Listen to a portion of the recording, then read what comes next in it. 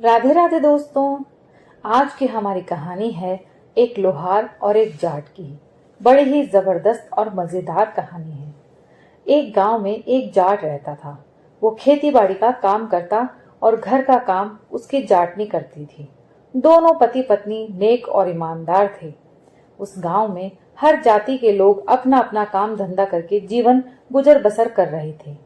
कई बार जाट का हल, बैलगाड़ी या फिर कोई लोहे का औजार अगर खराब हो जाता तो वो गांव के ही एक हम उम्र लोहार से उसे ठीक करवाता था।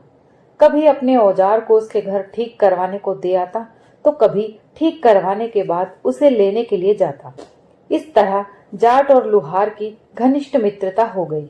अब वे दोनों अपने मन या दूसरों के बारे में जो कुछ कहना होता तो बेहिचक कह लेते थे। तीज त्योहार पर लेन देन होता था। कभी खाली समय होता तो रात में इकट्ठे होकर बैठकर बातें करते और लंबी लंबी हाँकते। जाट को सदा ही लुहार की कहानी किस्से पसंद आते थे। इसी के चलते लुहार को अब अपने आप पर थोड़ा घमंड होने लगा था कि मेरे मुकाबले में किस्से कहानी सुनाने वाला कोई नहीं है। जाट को अब महसूस होने लगा कि लुहार अब वो नहीं रहा जो उसे अपने आप पर घमंड सा हो गया है। अब जाट ना तो घमंड करता था और ना ही ये सहन करता था कि उसके सामने कोई घमंड करे। एक रात की बात है कि जाट और लुहार बैठे बतिया रहे थे तो दो चार पड़ोसी और भी आकर वहां बैठ गए। बातों ही बातों में लुहार और जाट के बीच कहानी सुनाने का मुकाबला हो गया। जाट ने कहा, पहले लुहार कहानी सुनाएगा, उसके बाद मैं सुनाऊंगा। शर्त यह है कि कोई ना तो सोएगा और ना ही जम्हाई लेगा। कहानी को बिना रुके बिना थके सुबह तक सुनाना होगा। सुनने वाले के लिए हूं या हाँ बोलना है। फिर जाट ने सुझाव दिया कि हूं या हैं बोलने के बजाय ये बोला जाए कि खरी कही खूब कही और कहो। हूं या हाँ के बजाय यही कहा जाएगा। इस बात का फैसला हो गया। लुहार ने कहा, इससे क्या फर्क पड़ता है, चाहे कुछ भी कहा जाए, हम भी तुम्हारी बात मान ही लेते हैं। लुहार के हर एक शब्द में घमंड झलक रहा था। जाट ने फिर शर्त को आगे बढ़ाया और कहा, जो जीतेगा वो हारने वाले की पत्नी को अपने घर ले जाएगा। अब कुछ लोग और भी वहां जमा हो गए। लुहार और जाट ने जो भी शर्त रखी थी उन पर अपनी सहमति दे दी। अब लुहार ने मन ही मन अपने गुरु का नाम लिया और कहानी सुनानी शुरू कर दी। जाट उसे खरी कही खूब कही और कहूं बोलता रहा। कहानी में बड़ी उत्सुकता थी। लुहार की कहानी सुनाने का तरीका सभी को बाहर आता। बीच बीच में कहानी अब उल्टे पलटे लेने लगी, मगर जाट खरी कही खूब कही और कहूं कहता रहा। तारों भरी रात भी लुहार की कहानी के साथ साथ आगे बढ़ रही थी। पछुआ हवा के ठंडे झोंके शरीर में सिहरन पैदा कर रहे थे। हुक्के की आग ठंडी पड़ने पर दूसरी चिलम भरी जा रही थी और लुहार की कहानी भी झटके खा खाकर चल रही थी। लुहार और जाट अपने मोर्चों पर डटे हुए थे। लुहार की कहानी में राजा रानी, तोता मैना, जादूगर जादूगरनी सब तरह के किरदार शामिल थे। कभी राजा घोड़े पर सवार होता तो कभी जादूगरनी के जाल में फंस जाता। कहानी आगे बढ़ ही रही थी, इसलिए नहीं कि कहानी सुनाने वाला जल्दी जल्दी सुना रहा था, बल्कि इसलिए बढ़ रही थी कि सुनने वाले को लंबी लंबी लाइनें बोलनी पड़ती थी। खरी कही खूब कही और कहो हो रहा था। खैर, अब पौ फटने वाली थी। रात्रि का अंतिम पहर खत्म होने को आया। पूर्व में लालिमा चढ़ने लगी थी। फिर एक पड़ोसी ने फिर से हुक्के को ताजा किया और विनती की कि अब कहानी को खत्म किया जाए। कहानी अब खत्म होने वाली थी। लुहार ने कहानी के नायक नायिका को आपस में मिलवा दिया और कहानी खत्म हुई कहकर सबको राम राम कह दिया। अब दिन निकल आया था। अब फैसला ये हुआ कि आज रात को जाट कहानी सुनाएगा। लुहार का सारा दिन बड़ी बेचैनी में कट रहा था। उसके मन में उथल पुथल चल रही थी कि पता नहीं जाट क्या सुनाने वाला है। पूरे दिन बार बार वो अपनी सुनाई कहानी पर इतरा रहा था और खुश हो रहा था कि जीत तो मेरी ही होगी। दिन में अब पूरे गांव में ये बात फैल गई कि फला लुहार और फला जाट की कहानी सुनाने का फैसला चल रहा है। आज रात को फैसला हो जाएगा। सब अपने अपने अंदाज लगा रहे थे। कि कौन जीतेगा और कौन हारेगा। किसी को लुहार पर भरोसा था तो किसी को जाट के जीतने की उम्मीद थी, मगर सब यही सोच रहे थे कि मुकाबला दिलचस्प होने वाला है। उस दिन की सांझ होते ही गांव के लोग जाट की कहानी सुनने को बेताब होकर जल्दी जल्दी अपने काम खत्म करके कहानी सुनाने की जगह पर इकट्ठे हो गए। आज कई दरिया और कई पलंग डाल दिए गए थे।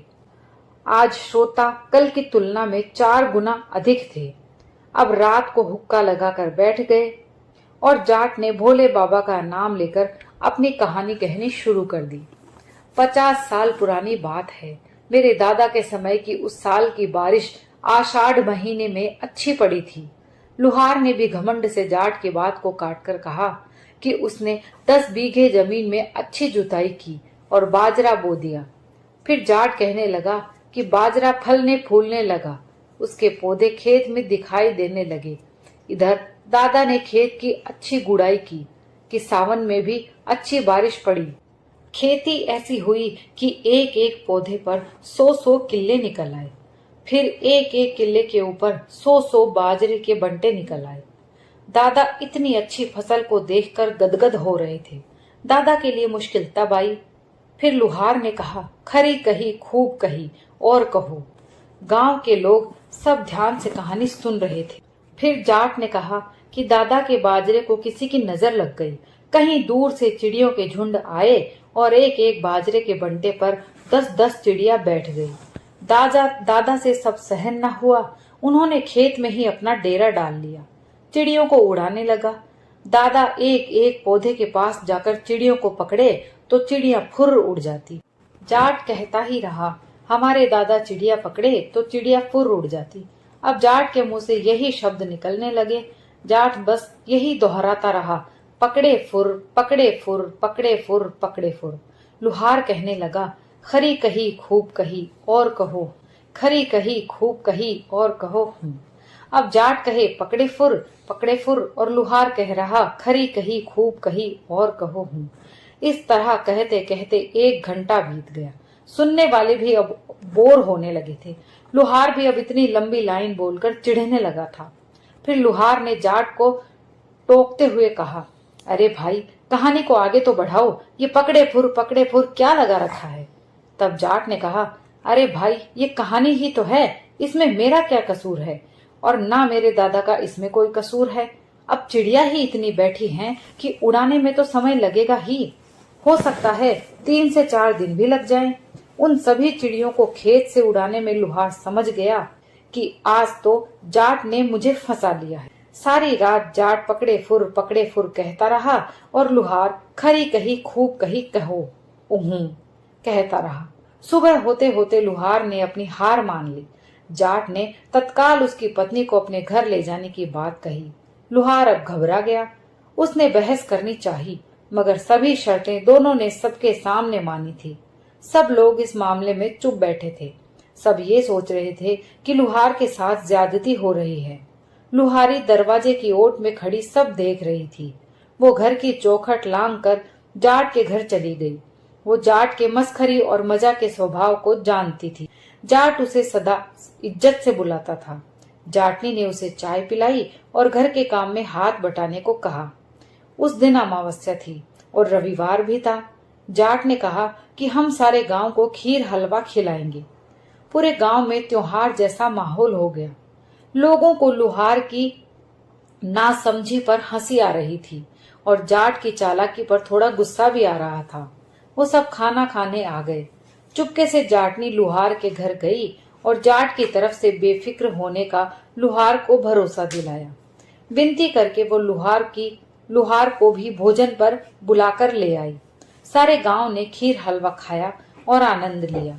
सबके मुंह से एक बात निकल रही थी कि ये जाट के ही ठाठ हैं।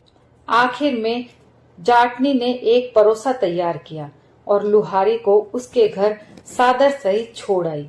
सब जाट से संतुष्ट तो थे ही, जाटनी की भी खूब बड़ाई कर रहे थे। लुहार अंदर ही अंदर जाट की बुद्धि का कायल था। उसने मन ही मन में कभी कहानी न सुनाने का फैसला भी कर लिया। दोस्तों, ये कहानी यहीं समाप्त होती है। अगर आपको कहानी पसंद आती है तो प्लीज लाइक, शेयर और कमेंट करके मुझे जरूर बताइए। और अगर आप मेरे चैनल पर नए हैं तो प्लीज मेरे चैनल को सब्सक्राइब कर लीजिए।